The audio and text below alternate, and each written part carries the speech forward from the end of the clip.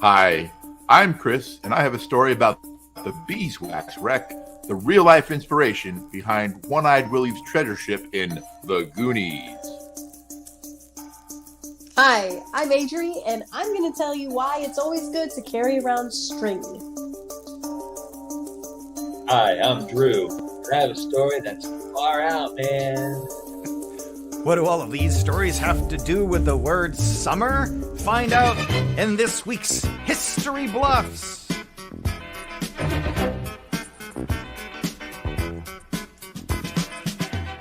Hello and welcome to another episode of History Bluffs.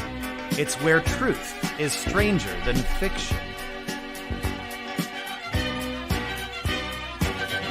I want to welcome to the show, it's your host, it's Alan! Hey, welcome to another episode of History Bluffs, and as you heard just a few seconds ago, truth is stranger than fiction. That was told to you by our tech, Adam. How are you, Adam? Hi, I'm doing good.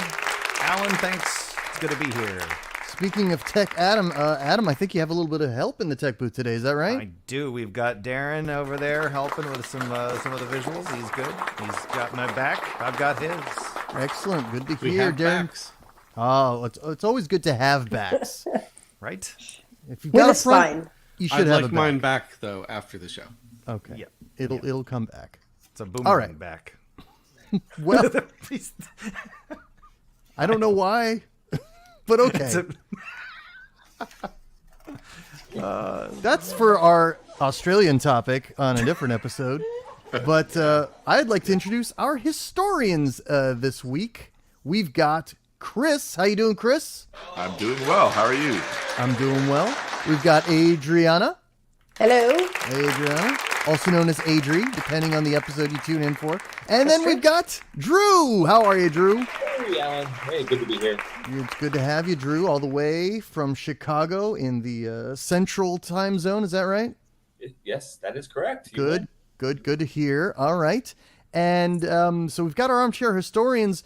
Adam, before we start our game, we're going to need to explain the game rules. Oh, yes, the rules. We should bring those rules up. Here they are. Look at those rules. They're beautiful. The game I'm show. looking at them. Let them have it, Alan. If you're- Yeah, go ahead. Oh, that's okay. If you're listening on our audio podcast, you can't see these. But if you're watching on YouTube or Twitch, you can. And so for those of you listening in your cars, on your headphones, I will explain. The historians are inspired by a topic. The true stories are factual. They are not embellished for effect. But the bluff story, the crux of the story, the premise, as it were, cannot be factual. All right, that is fictional. And you, the audience, if you're watching us live, you are not allowed to help. So please do not help. That's cheating, and cheaters never prosper. That's true. That's what That's they what say. It's what they say. It's what I've been told. Some people say that's a complete fallacy, but I don't know. But hey, There it you is. know what? I live in a world of justice, is what I say. So before we get started, I'm also going to explain something. The first round is 75 seconds. The second round is a full minute, 60 seconds. And the third round is half a minute, 30 seconds. Right, Oh, Adam? That's correct. In fact, and we can visually track those on our latest piece of technology, the Round Tracker 9000. It's back out There of it is. retirement. There we go. Nice. The 9000 is back. A favorite, a fan favorite, as it It is.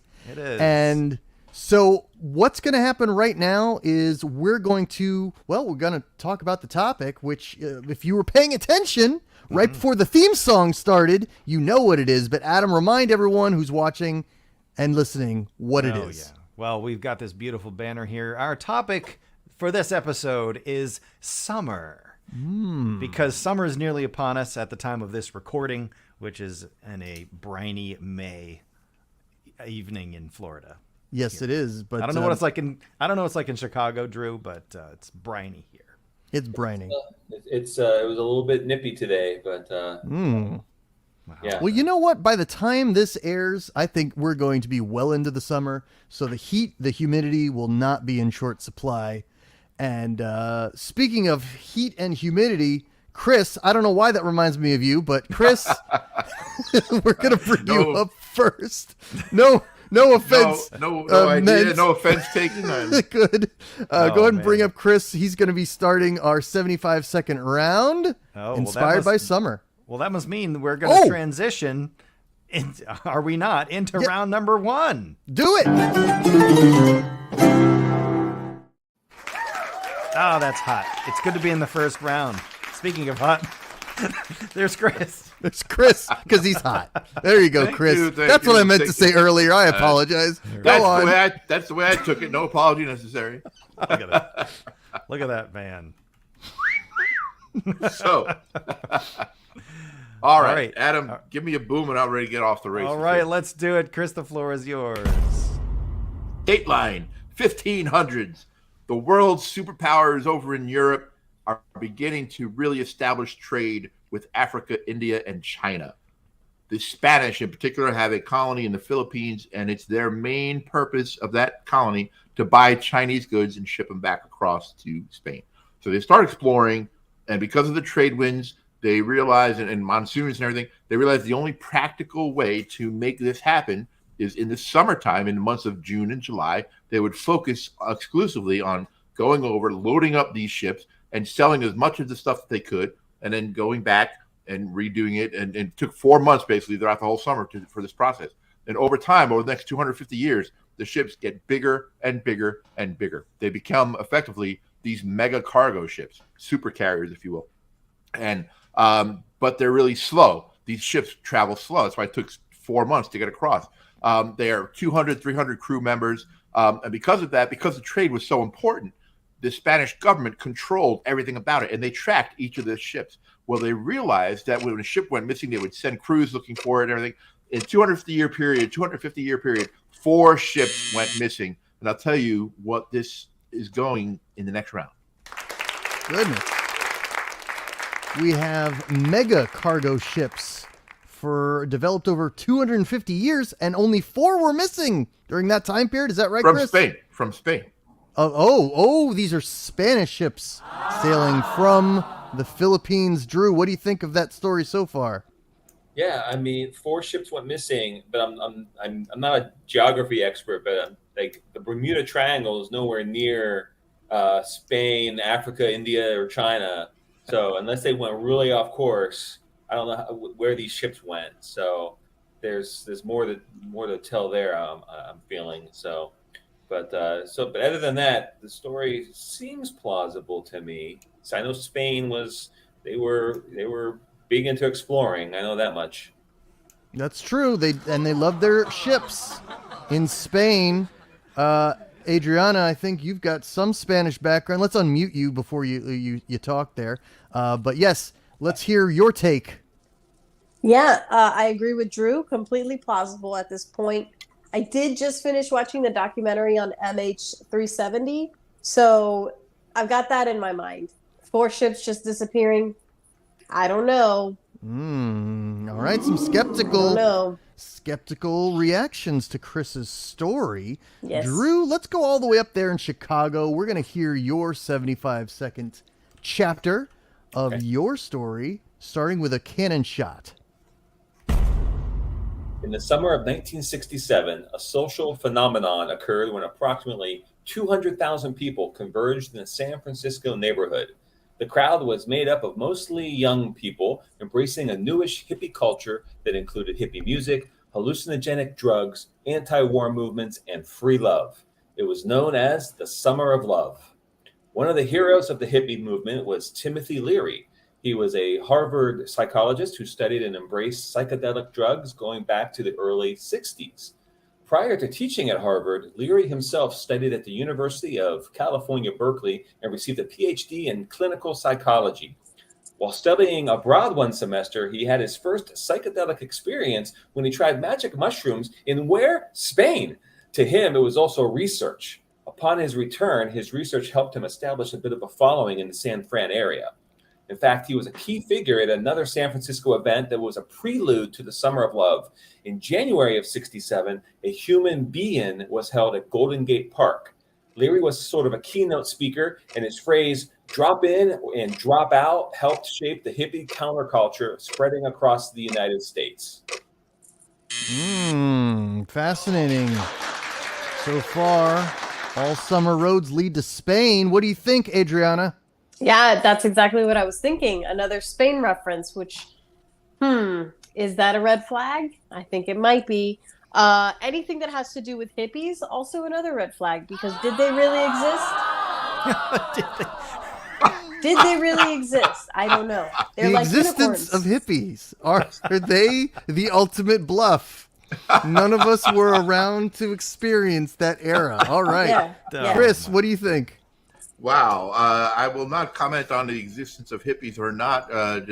I will comment. I agree that as Adri rightly pointed out, I think he just heard me talking about Spain. He's like, oh, that sounds good. I'll just make this fake story be inspired from Spain. And he grabbed that little nugget from my story. And also, I think also aligning a little bit with what Adriana said, the newish hippie culture in 1967, it was already flourishing by then. And then he says that Leary was at UC Berkeley and he did mushrooms in Spain. I love the human being thing and the drop in and drop out. So was he a counterculture guy or was he an advertising slogan writer in Madison Avenue? I'm not sure. I got to go back and watch Mad Men to see if Timothy Leary's in there writing slogans.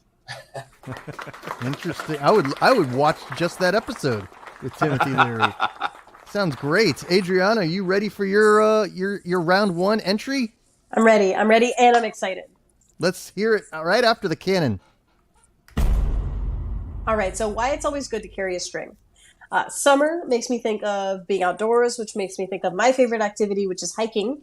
And so this story begins on Harper's Ferry, West Virginia, in April 2013, when two women, Geraldine Largay, who was 66, and her friend Jane Lee, who was younger.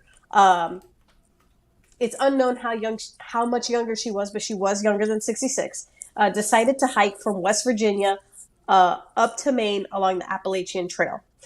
Throughout the hike, Geraldine's husband would drive to the next meeting point and meet the ladies with supplies. Sometimes they would go to a hotel if the weather was bad, and then they'd jump on the trail again and meet at the next place. The two women successfully hiked together through June 30th. So from April, I think it was beginning of April, to June 30th, they were together. But then Jane received some bad news about her family, and so it was basically an emergency, so she had to leave. And she urged Geraldine to not continue on with the trek by herself, but Geraldine insisted on going alone.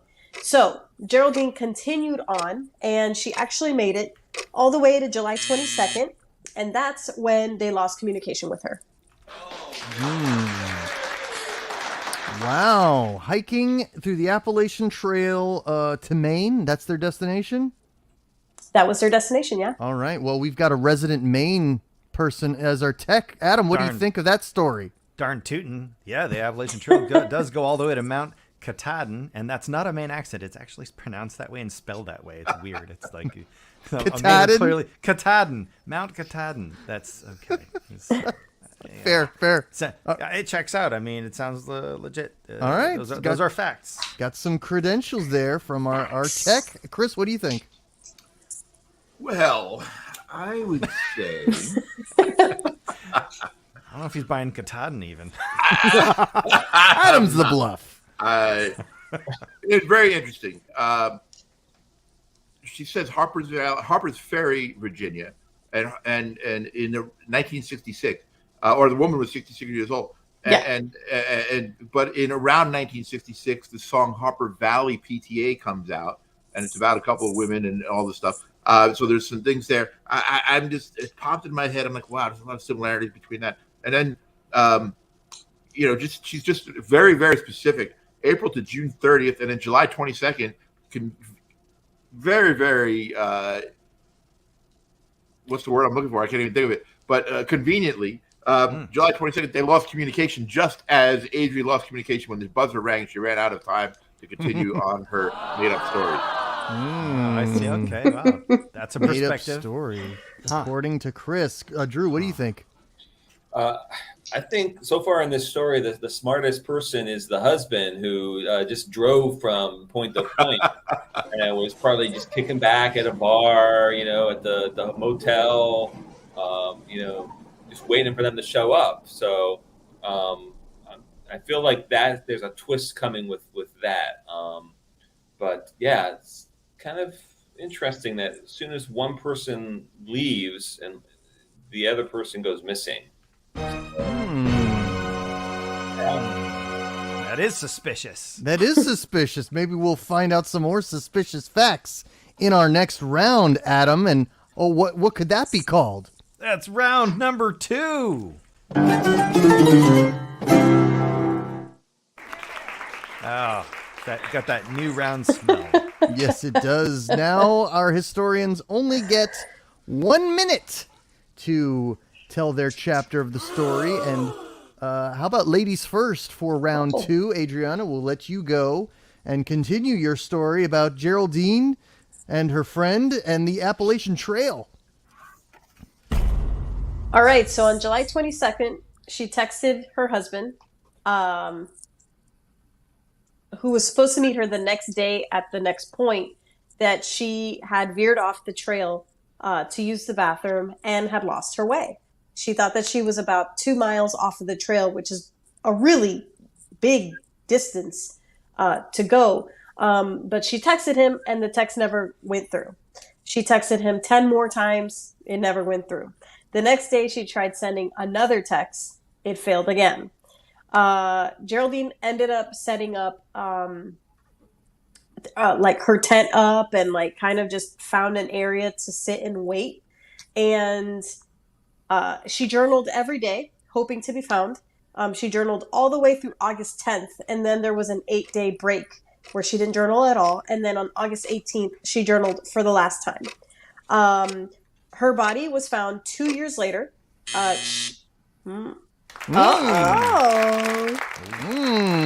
Geraldine failed text messages, and she tried her best to survive. Yeah. Chris, what do you think? You're telling us that this woman texted her husband not once, not twice, but 11 times. Which that is plausible because some men are thick-headed. He was watching the game or something, didn't want to respond to the text. Okay, I didn't get it. He says he didn't get it, but she waited until August. Middle of August from July? She just sat she set up a tent and waited to be rescued for 3, 4, 5 weeks. I'm not buying that. I'm not buying it. Chris is not buying the premise whatsoever. Drew, what do you think? I'm suspicious too about this. She was journaling, like this is my story, but then she stopped. Like she have writer's block all of a sudden? And then, like a week later, she was inspired and started journaling again. So there's something weird there. I like. Why would you stop journaling? I mean. So. Maybe she stopped, and then the rest of it was written by Cocaine Bear. I'm just saying it could happen. He's out there. He could be. He could be. He could strike again. All right. Well, you know what? Striking again. It is time for Drew to strike again on his story about the infamous Timothy Leary and his hallucinogenics. Go ahead, Drew. Okay, so Leary was eventually fired from Harvard in 1963. His experiments were becoming controversial, and while it was Harvard, he had supporters, though, and some of those supporters had money. He was allowed to continue his studies in a 64-room mansion outside of New York City that belonged to Peggy and Billy Vanderbilt, descendants of the famous Vanderbilts. This mansion became known as the Vandy, and hosted many parties with an eccentric mix of high elites, society elites, and hippies. He also created an organization called the Enlightened Travelers, which developed into a religion that with LSD as its holy sacrament. Upon his return from the BN in early '67, he had finalized his research into 2 books and decided to take his show on the road to college campuses. The tour became known as the Electric Kool-Aid Acid Tour, and Leary's message was growing. Around this time, the event in San Francisco of that summer was starting to become more and more well known that it was going to happen. Okay. Adri, what do you think of Drew's story? A lot of things. A lot of name dropping, Harvard, the Vanderbilts. It sounds very Great Gatsby, but also like George Clinton could have also been involved in that college tour. So I don't know yet. I'm looking for clues here that this is a bluff, but I'm not ready to call it yet. All right, that would have been a funky time in history with George Clinton involved. Chris, what do you think? He lost me at Billy Vanderbilt. Boom, flag up. I stopped listening. I'm done right there. Billy Vanderbilt. Nope. Okay. All right. This hippie name. He might have been born William, Chris. You don't know. William Jr., Archibald, Vanderbilt, or Billy, as his friends call him. Chris, you're so full of doubt. Let's hear what you believe right now with your round 2 story with a cannon shot. Okay. So as I mentioned, the Spanish government took control of the trade, and they were tracking all of these ships because the cargo was so valuable to the economy in Spain. And over 250 years in Spain, they lost 4 ships. They weren't sure exactly what happened, but specifically in 1693, one ship in particular went missing. It was the Santo Cristo de Burgos, okay? And it just went missing. They never knew what happened to it. They never found out during that decade, during that era.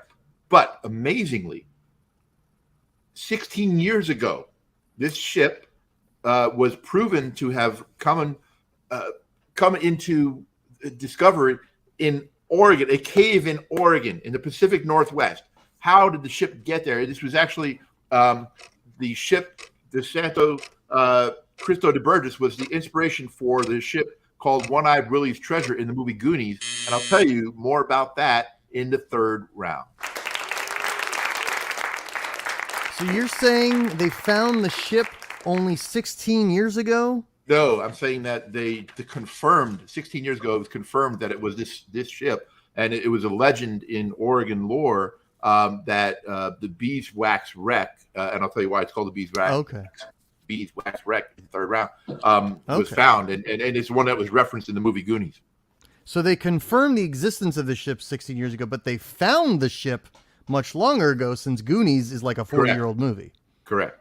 Okay, interesting. They found the ship. Yeah, they found the ship in like the 60s. Oh, in the 1960s, just like not. Drew. What do you think? Wasn't Timothy Leary. I think Goonies never say die is what I think. Yeah, that's right. That's what they say. Yeah, I mean, again, like that's to end up in Oregon. That's pretty well off course. Again, I'm not a nautical expert. I'm not a geography expert, but Spain to Oregon. I mean, that's way off course, and that captain was not a very good captain. No, I would say no. Now, to be fair, at least the Philippines are in the Pacific Ocean. So maybe it wasn't all the way from Spain. Maybe it was from the Philippines. Stretch, Alan. The Pacific Ocean takes up 2/3 of the planet's surface. That's fair. Yes, but Spain is a much harder trip to make to Oregon. That's easy to get lost, I guess, right? The harder the trip, the easier the trip ups. Mm-hmm. Okay. Adri, what do you think? I think that Chris had a lot of holes in his story. But Oh man! And I don't know. I think that there was a lot of things trying to throw me off there. Like you said, Goonies came out like 40 years ago, but they only were able to confirm it 16 years ago from today. You know what I mean? Like that just seems like the timing is all off. And also very convenient that this, ship from Spain was found in Oregon of all places. So I don't know. I'm leaning towards one direction right now. And it's Okay. Chris's direction, Band? to be clear. The band? This is One Direction, the band? The One band. Direction, the band. Yeah, Wonder. Okay. Wow. Okay. We have the Round Tracker 9000 hidden somewhere. That's it. Adam. There it is. Go. There it is. I need to know. Oh, look at that. Hey. We're done with this round, Adam. That's right. That means there's only one more round to go, Alan. And that is called round number 3. Nice. Where would we be without our Round Tracker? And Drew, I don't think you got a chance to go first, so we're going to have you wrap up your hippy dippy story Okay. in a mere 30 seconds. 30 seconds. And yeah, because you get the third round. It's half a minute. 45. It's Oh, is it? 45, Alan. Yeah, we cut the 30-second thing because people were dying from anxiety on that. Okay. Look at that, Drew. one. You got an extra bonus 15 seconds. All right. You didn't even have to do anything for it. Like All right, that. go ahead. There we go. Okay, during the spring break in 1967, that the Summer of Love was officially announced. College students, high school students, dropouts all started making their way to San Fran. Leary was still on his tour, traveling from campus to campus by bus. He hadn't planned on going to San Francisco again, but while speaking at Michigan State University, he got caught up in the excitement of the students and changed his mind. He decided to alter his tour and take the bus west with spontaneous stops along the way. What happened next was magical. His bus was joined by more buses. With each stop, more vehicles of all sizes joined the caravan, and he traded campuses for roadside lectures along the way. By the time they reached San Francisco, there were 25 vehicles following the bus, and they made it to the Summer of Love. That's how it happened. Well, Or did it? or did it? It might completely be made up. Chris, you know all about Oregon. What do you think about this story that happened in California? Well, I love that. I applaud Drew for his creativity. So well done, sir. That they officially announced it's the Summer of Love, right? And everything stopped. But if you pay attention and if you scrape away some of the words he used, and he's talking about Timothy Leary, who's LSD, is the father of LSD, and he used LSD. He used mind, alter, magical, bus, ride, all in that paragraph. And I'm like, wow, that is a mind-altering way to try to pull the wool over our eyes. So I picked up on that stuff, and therefore I am very skeptical of the truthiness of this story. It's hidden messages. He's saying there's hidden messages. Play it backwards, and you'll see. So Chris says any reference to hallucinogenics is all made up. So we've got people saying there's no such thing as hippies, and now we've got someone saying there's no such thing as hallucinogenics. Adri, what is your follow-up? I also am questioning all of what Chris just said. But also, it seems like he took the scene from Forrest Gump where all the buses are lined up and going to the love parade and inserted it perfectly into this moment. So, I don't know. I've never heard of the Summer of Love. Plus, do hippies exist? I don't know. Wow. Yeah. Adriana is protesting maybe a bit too much. We don't know. But we've got a couple more historians that haven't gotten their full 45 seconds, as I've been corrected. Chris, are you ready for 45 seconds to wrap up your story? Yes, I am. Let's hear it. Okay. Here we go. So the big cargo back then was silk and some other, cotton and gold were also big. But beeswax was also heavily used at the time. And some of these mega ships would carry 40 tons or more of beeswax. And that is how they discovered this ship. That origin was in actually Spain when they found the ship and they found all these traces of beeswax with it. And that's when they realized this was actually the cargo ship that the Spanish government was looking for, the Santo Cristo de Burgos. that's where the reference to the Goonies comes in. It was based on this shipwreck story, this legend of the shipwreck that was missing, and then they found it after 30 years after the Goonies came out. It turns out that it was actually based on a legend that's a true story. Okay. All right. Well, Adriana, is Chris's story true, or is it merely full of beeswax? Oh. I don't know how I got more confused, but I did. Oh no. I didn't think it was possible, but Chris totally took my brain and just shook it all about. Wow. My takeaways from that were beeswax and Spain. So is that why Antonio Banderas played the bee in the allergy commercials like 15 years ago? Holy smokes, it's all connected. I knew it. I knew it. Wow. Conspiracy. Treasure Sharp. beeswax so much. Sharp. We must purchase them from the Philippines. That's good. If you do not want to sneeze, you must purchase this allergy medicine now. What do you think, Drew? Goonies never say die. Yeah, I was same thing. Beeswax. I've never heard of Spain being known for their honey. And so if that's true, that's I know they have good wine, good food, but I don't know about honey. So that's interesting. But yeah, I feel like there's still some timeline things here that just don't add up with.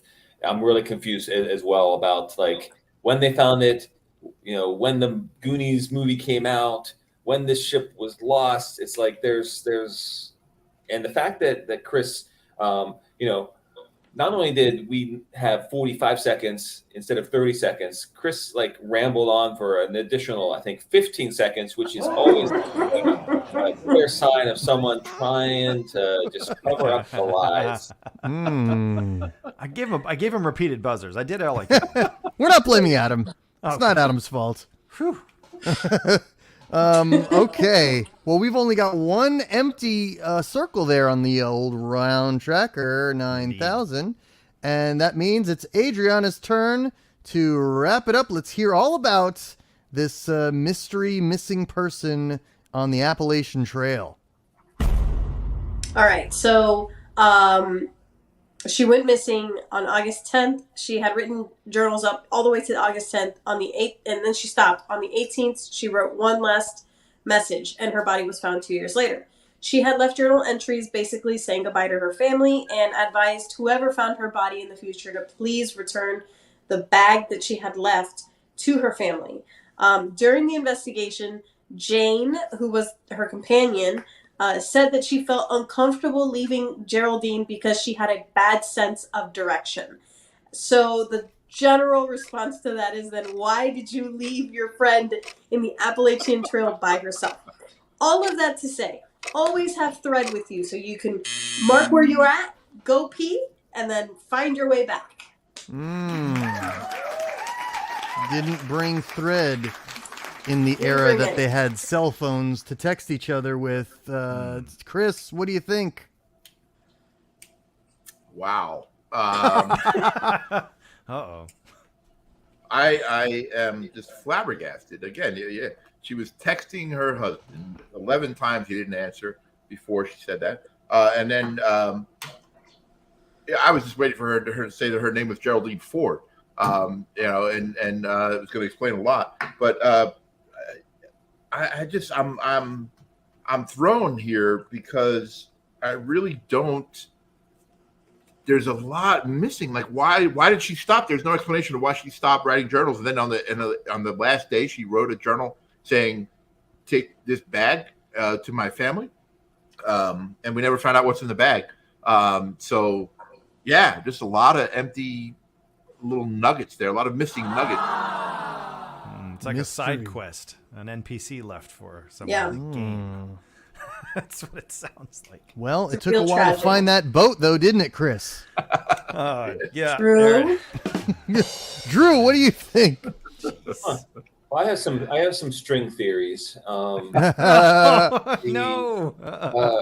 Okay, so first of all, I've never hiked the Appalachian Trail, but it's one trail, and I'm assuming that I know a lot of people might be doing it, but if even if you have to pee, you shouldn't have to wander that far off the trail. It's not like there's just crowds of people going by, and how long does it take to pee? I mean, it's pretty much a couple minutes tops. So why does she have to wander so far off the trail?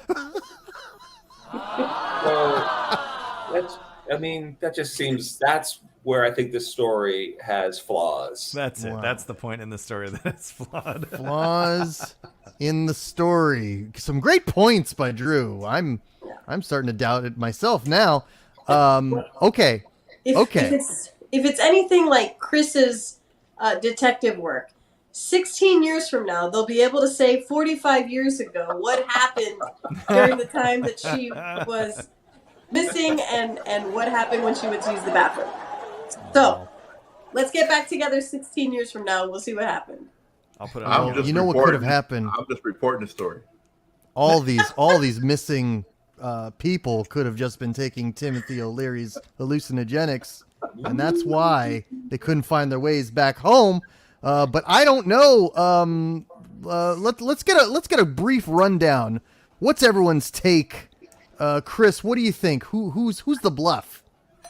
Wow, this is probably the toughest one I've had in the entirety of the run of History Bluffs to try to choose which of these two stories is bluffing, because I really, truly, I know in past shows I've said I don't believe either of them, but sometimes I did. This time I truly don't believe either of these stories. So, it's funny because Drew's critique of Adri's story at the end there kind of made a little bell go off in my head. So she went to pee and got lost from the trail, but she had enough stuff to set up camp and write a journal, and she took all that with her when she went to pee. So because of that, I'm gonna say I believe Adri is the bluff. Wow. Excuse me. Can I say just one thing? Have you ever met a woman that doesn't go to the bathroom with her purse? You don't leave anything behind. That's true. That's true. Well, good point. I still think Adri's the bluff. All right, Chris is saying it's Adri. Adri, what say you? I think on a purely based on confusion and not knowing up from down, I'm gonna go with Chris. Oh, an equal volley back and forth. Drew, Chris has accused Adri. Adri has accused Chris. No one's accused you. You're impartial. Who do you choose? Well, I wish I could split my vote and say they're both bluffing, but that's not how the game is played. So I'm going to go back to my peeing in the Appalachian Mountain and say that Adri is bluffing. Adri, 2 votes for Adri, 1 vote for Chris, and Drew has not been accused by anybody, which means if Drew was bluffing, he's fooled everyone that is, except for our tech. Adam. That's right. I have the secret knowledge, and I'm going to reveal now for everyone. Was your bluff tonight? Could it have been Chris? Could your bluff have been Adri? Or could it have been Drew getting away with it scot-free? I shall reveal right now. Ladies and gentlemen, your bluff. This whole time, bear with me. It was Drew! He did it! He got away with it! Sure did. There he is. We'll put him in the bluff circle.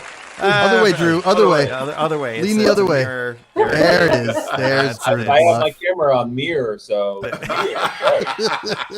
visually he's in the bluff hole. All right. There we go. There we go. Well done. Well played.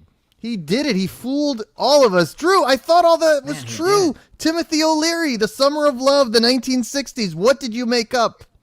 Several things. It wasn't the Vanderbilts. It was the Mellons, the Carnegie Mellon Empire. It wasn't his logo. His slogan wasn't what I said it was. His tour wasn't called the Kool-Aid Acid Tour, and all kinds of stuff were there. But the basis was true. And I mean, there was a Summer of Love. Well, and he was at the Prelude. I don't know if he was actually at the real Summer of Love event. Oh, so Timothy Leary might not have even attended the Summer of Love, is what you're I saying. don't even know. Interesting. I know the ignorant bluff. He toured college campuses, but I threw in Michigan State just as a. I don't know if he was there or not.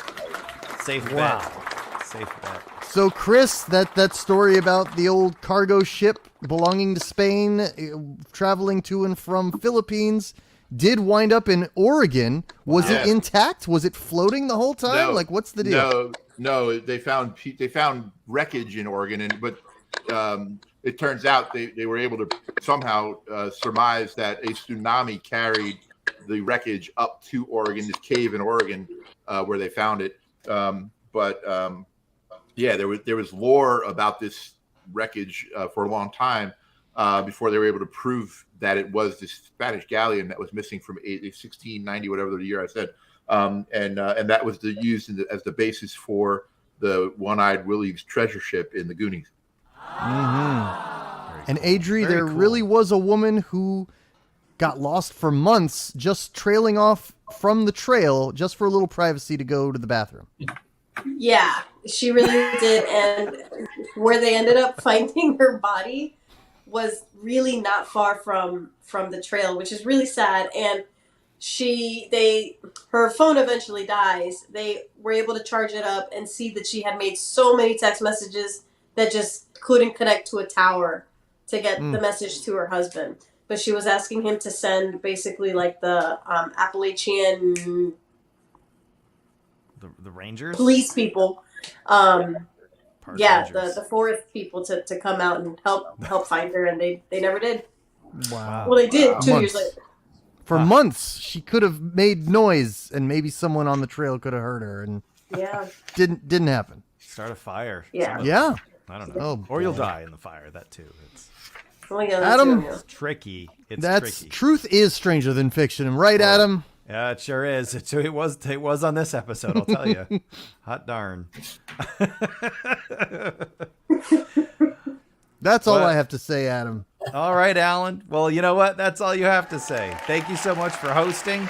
And we want to thank our historians, Chris and Adriana and Drew, because this is History Bluffs, where truth is stranger than fiction. We will see you on our next episode. Tune in YouTube, Twitch, and wherever you get your podcasts. See you then.